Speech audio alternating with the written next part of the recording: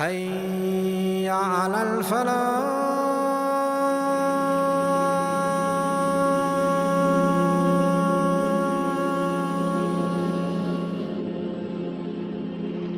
Music for the longest time was my life. Like when I was raised in an Islamic family, and it really wasn't until about middle school I really started getting influenced by music big time. And at that point, that's when I realized, like, the same time I really started getting involved into music was the same time I really started going away from Allah. That's when I was really influenced by a lot of bad things. And looking back now, the fuel for all that really drove me to do it was music. Because music, if you really look at all the messages and like everything it talks about, preaches and endorses, is the exact opposite of everything Allah tells us. Music is all about, do drugs, do whatever you want to do. It messes up all your priorities. It really gives you a false sense of reality, this fantasy you start chasing, and it ruins your life in the process. Like every time I was sad, I would listen to a song. It would make me feel better. Every time I was excited, I would listen to music. Every time I was looking for guidance, I would read lyrics to songs. And this is really dumb because rather than seeking help from the Creator, the Lord Most High, I was seeking it through the illusion of music. And you cannot use an illusion to solve real problems, real internal problems. For a second you'll feel good, but it will go away right after that and you're right back to where you were. Everything I used to do was based around music. I mean, I used to literally wake up going to music. I used to go to bed listening to music. Literally, I would fall asleep listening to music. And people take it for granted. They're like, oh, it's just music. It's not bad. No, it will warp your mind because music is filled with messages that are affecting you, whether you know it or not. Anything you listen to over and over and over and over again, it will have an effect on you. And like Plato once said, like he's an ancient Greek philosopher, there was a quote he said, be weary of the music that enters your society because that music could destroy your whole society. So even the ancients knew the power of music, how it could change you in no time. And especially music nowadays, again, if you look at it, all the messages are the opposite of what God tells us. And that is not a coincidence. Any song from all the way from the 60s to present, its whole motto is do whatever you want to do. Be yourself. Don't listen to anybody. Don't listen to authority. Make your own rules and do whatever you want to do. And funny enough, that is the only commandment of Satanism, which is do what thou wilt. That is the only commandment they have. And that means you do whatever you want to do. That means you create your own rules, you create your own laws. In a sense, you are your own God. And then this whole philosophy came from a man named Aleister Crowley. He is one of the most influential people of the 20th century that shaped culture, and very few people know about him. And this whole agenda that's occurring in music today that's designed to really destroy the minds and take people away from God came from this man. Once you read his history, you will want to throw up about all the stuff he used to do. But anyways, in the early 1900s, he wrote this book called the Book of the Law. And this book he claimed was given to him through divine revelation. He said this revelation came to him from a devil named Aiwass, and it wrote the book through him.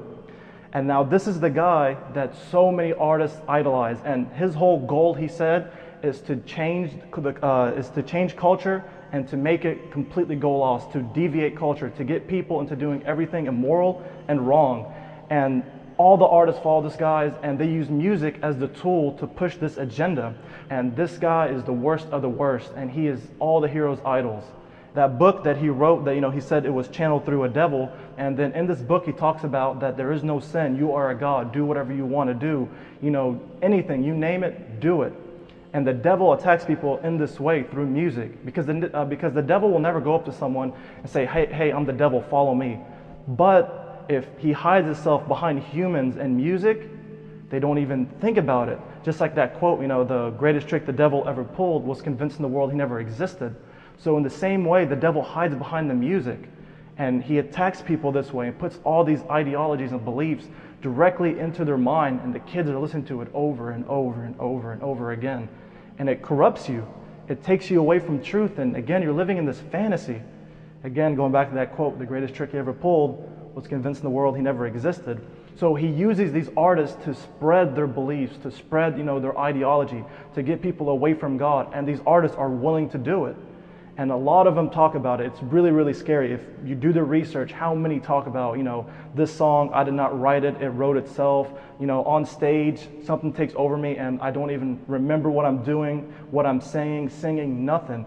The shaitan just uses them as a car in this world to spread all their filth. And I used to always go to concerts. That was kind of like me going to the masjid back in the day. I never went to the masjid. It was concert, and you see it all there. You see the complete opposite. Everything bad, you name it, it's going on over there. And it's being endorsed and it's being fed. Allah started showing me the influence of music and how it was destroying me, and that led me back into Him. So the same thing that got me away, Allah used to bring me back. Once He showed me what it really was, what I was listening to, what was really going on in the music industry, and that really woke me up because I realized, hey, this is real.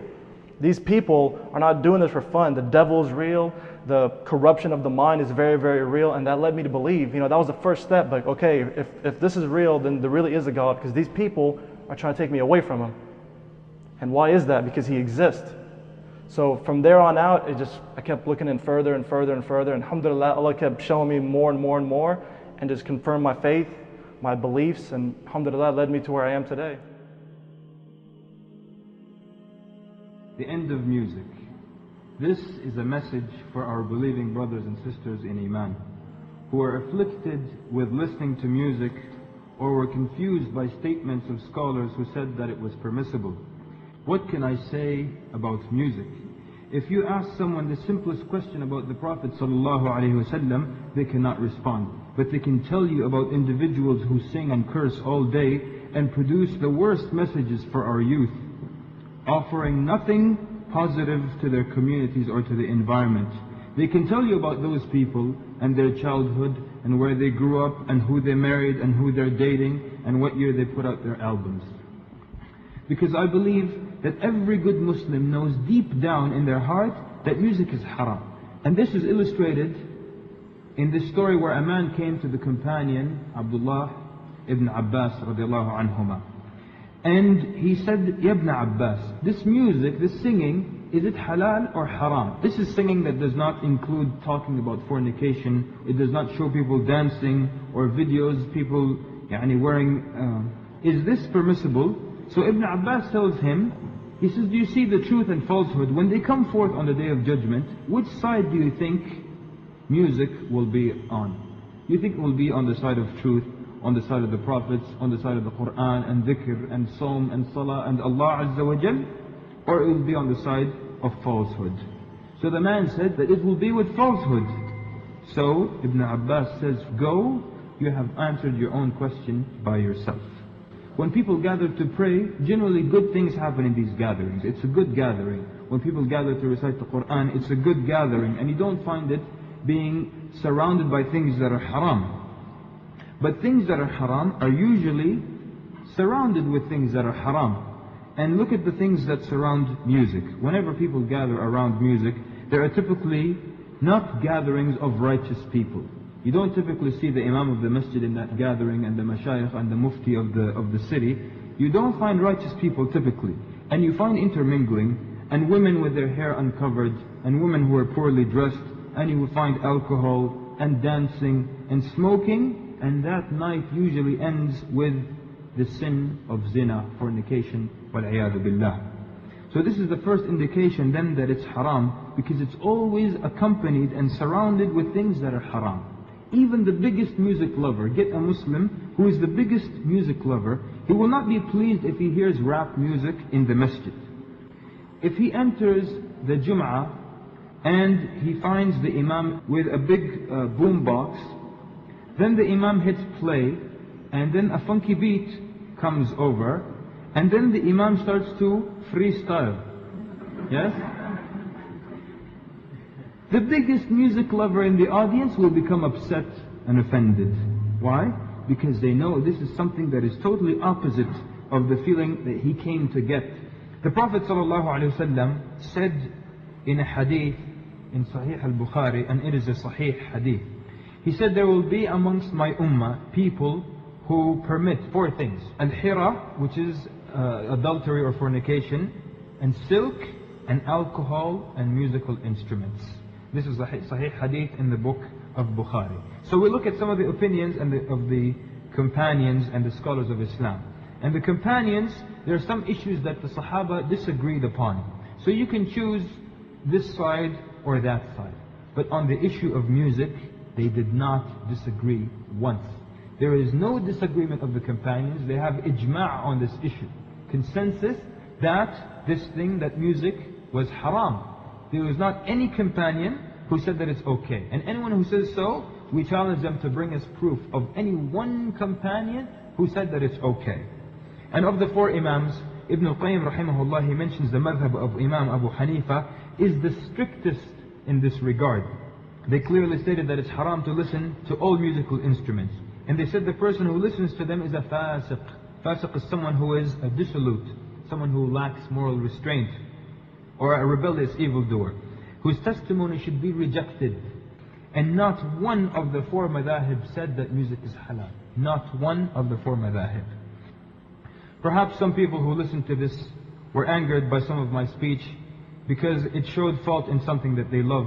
But remember that we're only calling you to something that is more beloved to you. We're calling you to Allah subhanahu wa ta'ala, to the speech of Allah and to the Quran. وصلى الله وبارك على محمد وعلى آله وصحبه.